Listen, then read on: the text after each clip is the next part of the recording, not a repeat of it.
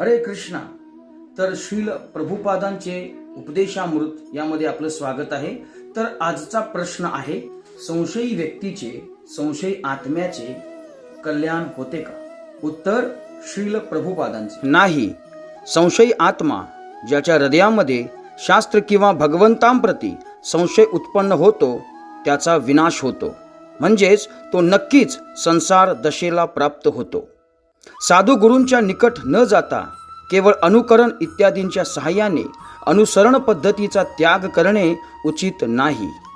आपल्याजवळ रिटर्न जर्नीच्या तिकिटासाठी कोणतेही धन नाही, कारण आपण श्रीकृष्णांशिवाय इतर सर्व वस्तूंना केवळ श्रीकृष्णांच्या भोग वस्तूच मानतो.